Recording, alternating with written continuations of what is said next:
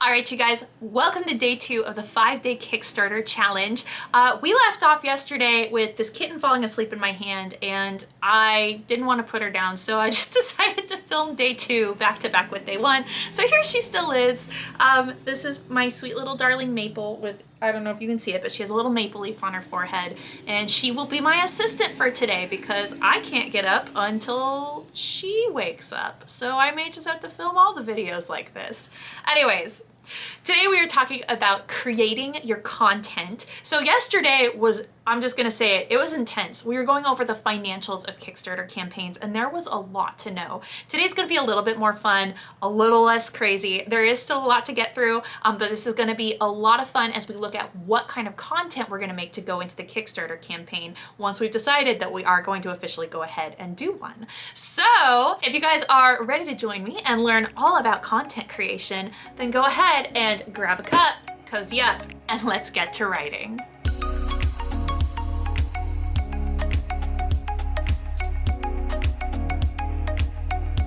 All right, guys, now as always, we are going to be working off of the worksheets that you guys downloaded on day 0. If you don't have those yet, you're gonna wanna go back to day 0, download them, because this is what you're gonna be working off of as we go through just really brainstorming ideas for content today. So we're just gonna dive right into the homework because this is gonna guide exactly what we need to talk about. Go ahead and open it up and just have it in front of you. So the first thing we have to decide is, what sort of branding do you want? So let me start by saying, by the time you are getting ready to launch a Kickstarter campaign, you should absolutely have your cover finished. If your cover's not finished, I wouldn't look at Kickstarter yet, because a lot of what you need is visuals. You need something to get people excited about, which is more than just words. You have to have some sort of visuals. So wait till you have your cover done. And then what I highly recommend is doing some sort of branding theme around that cover. So you guys will notice, like with my books, they're blue and silver. Pretty simple. So everything that I do with them, except maybe not in my first Kickstarter campaign, I'm not sure if I had it figured out yet, but everything I do with them now is blue and silver. And you'll notice I even have a really specific font that I use. So all of my fonts are very loopy, or, you know, if I have to get information across in an easier to read way, I keep those fonts consistent. But you'll see my fonts are always silver, they're loopy, they've always got this slash through them that turns some of the letters into tally marks, because that's, you know, kind of a thing, secrets of the tally. But you'll also notice, like with the 60-day novel writing challenge, that has a completely different kind of branding to it. So 60-day challenge has its own fonts, but it also has its own color scheme. Our colors are burnt orange, dark gray, and kind of a parchmenty gold. And you'll see everything that we do with the 60-day novel writing challenge, you guys, stays consistent with that. So that as the years go by and more people see you, when they catch you at a glance, they say, oh, I know that. I recognize it, because the colors are always the same and the fonts are the same, and the things that they've come to recognize are still there. So like when I do a booth at a Comic-Con or at a big event somewhere, I have to choose, am I doing a book booth because that is a blue and silver booth, or am I doing a 60-day challenge booth because that is a very sparkly gold booth? So branding can be super fun. Mine for this one is gonna be really easy. I'm actually gonna brand it with the book itself because the book takes place during winter. So all of my branding for this is going to be with a winter theme. It's gonna be really cool. The next thing you guys are gonna see on your homework is brainstorm how you want your Kickstarter video to look. So in every single Kickstarter campaign, well, not everyone, I take it back. Let me start that over. So with most Kickstarter campaigns, they will have an introductory video for people to watch, just so that they can kind of get a sense of what the project is about, of what the people are like, of what they're supporting if they end up buying from the project. So I have been really fortunate in that I have a best friend named Thomas who is the most incredible videographer in the world. And so we have made some awesome Kickstarter videos, and I'm gonna link those at the end of this so that you guys can kind of take a look at them.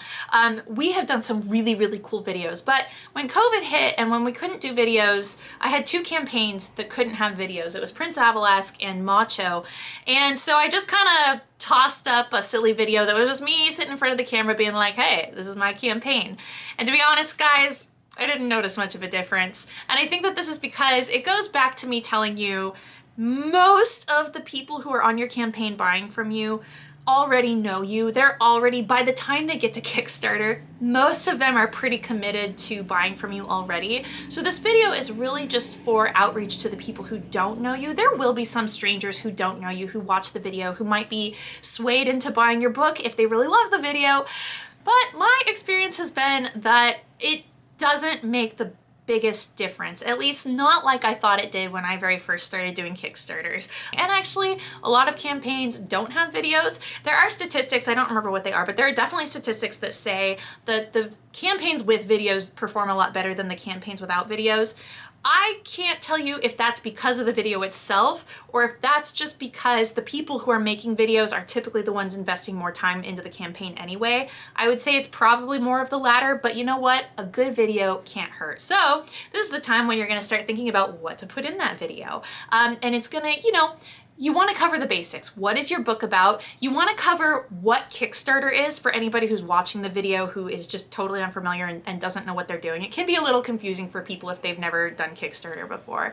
So you want to talk about you, your project, a little bit about Kickstarter, maybe a little bit of the background. Keep it snappy, keep it fun, but start thinking about what you're going to want it to look like, because I do recommend having a video. It can't hurt you, even if it's something really simple. The next thing you're going to see on your homework is to brainstorm 5 to 10 visual pieces you can use in your campaign and advertising. For me, guys, this is so easy because I'm doing a children's book. It's a picture book. I have pictures for days. This can be a little bit tougher if you have a novel that doesn't have any pictures inside of it. You've got your front cover, you've got your back cover, maybe you can get an angle of it from the side. So start thinking about maybe 5 to 10 things that you could do that are, maybe you have a map inside that you could use as a visual. Maybe you have a proof copy that you can take some really nice pictures with, and those will be your visuals. Maybe you do some sort of graphic design mock-up where you take the cover of the book and put it onto like a digital version, and then you use that digital book to do a bunch of different photos. You are going to want to have a lot of different visual aspects to this campaign because that's what you use for your advertising. Visuals will always perform better than just straight text. And so I do also want you to remember about your branding as you're thinking about these. So for me, my 5 to 10 visual pieces, it's going to be, my book is about puppies and baby dragons. They're in the snow. So the background's always going to be snowy. I'm going to probably think about making some square images to go on Instagram, making some cover images to go on my background on Facebook. I'm going to be thinking about making headings that are going to go on the Kickstarter page just to kind of spruce it up and make it look fun. And actually those headings will also go into my email campaigns too. So a lot of these things can be used on multiple platforms. Just because you make something for Instagram doesn't mean you can't post it on Facebook also. But you're going to want to start thinking about at least 5 to 10 pieces that you can use in your advertising and throughout the campaign itself that make it look really nice and professional. So the next thing is brainstorm how you will post updates as the campaign progresses. So one of what I've found the best ways of advertising is having some sort of announcements every single time you hit a milestone. So, hey, it's day 1 and we raised $4,000, or it's day 3, we just hit 50%.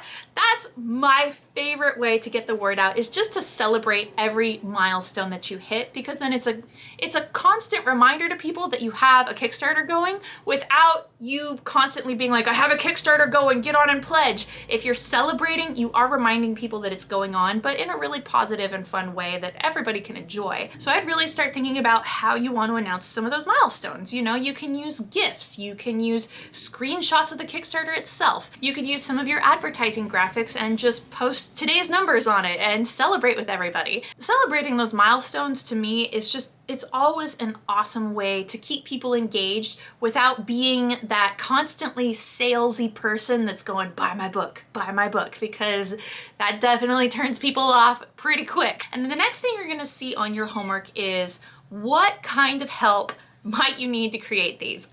Not everybody's a graphic designer, and not everybody knows how to make GIFs or even take screenshots. A lot of things you can figure out by doing some Googling yourself, but there are going to be times where you really just don't know. And so start thinking about who you're going to need to help you. Is that going to be a graphic designer, a videographer, a video editor, a content writer, maybe somebody to help you with the advertising? It's tough when you are the one running the show and you're supposed to wear all the hats. Every once in a while, it is nice to find somebody who knows a part of the craft that you don't, who can help you out. Sometimes it takes a village to run a Kickstarter campaign. So the next thing to look at is how long is it going to take to create these? So if you are wanting to do a really in-depth video or some sort of crazy number of images so that you can post every single day to Instagram during your campaign, you want to budget now how much time you need to get all of these done, because ideally you would like to have them all done before the campaign launches. That would be definitely the best way to go. And then, so the next thing that you're going to do for today is you're going to set yourself a schedule of how quickly do you think you can get each of these things done, and take into account if you are going to get people to help you, what kind of a timeline are they going to need. So you're going to take a look at what sort of a schedule you think you could hold to, and then the next thing you're going to do today is reach out and contact the people that you're going to need. So instead of beating around the bush and saying I'm going to do it tomorrow or next week, do it today. Reach out, see what kind of prices they have, see what their availability is like, see what their turnaround time is like. If you are going to need people to help you out, you're going to need to budget the time and money that it's going to take to work with those people. So that's pretty much everything for the homework today. Before we jump off and get started, I have a few tips to remember.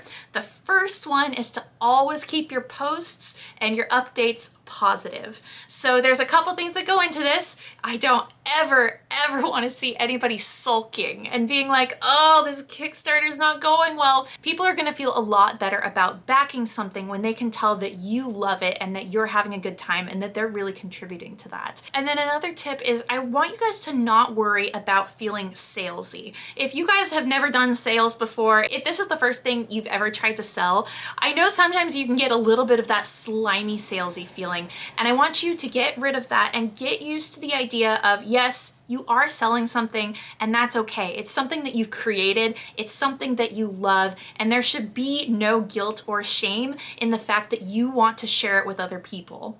And now a few things to avoid as we look at the content we're going to be creating. The first one is do not beg. You are not a charity. This applies to a couple things. This applies to the people you're approaching to help you. If you can't afford to pay a graphic designer to help you, you should not be approaching a graphic designer. They don't work for free. Please don't be the person who asks them to work for free. You are not a charity. You have a product that you've created. You're trying to sell it. And also don't beg of your donors either. Don't say, please.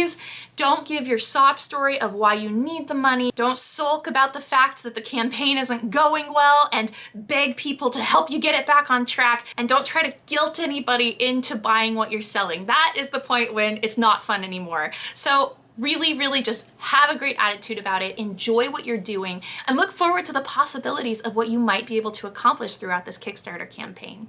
So my battery's dying and I have got to jump off. Also, this kitten is still asleep, so I don't know what to do because I can't film any more videos because the battery's going down and I really need to wrap up before it dies on me. So thank you so much for being here, you guys. Maple thanks you too from her dream-ridden state. She is so conked out, my goodness.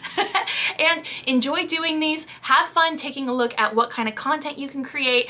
Go ahead and start on it today if you're going to be making a lot of it yourself, or if you're going to need a lot of help, start reaching out to the people who you know you're going to need to help you. So thanks so much for being here, and I will see you guys tomorrow for day 3 of the 5-day Build Your Kickstarter Challenge.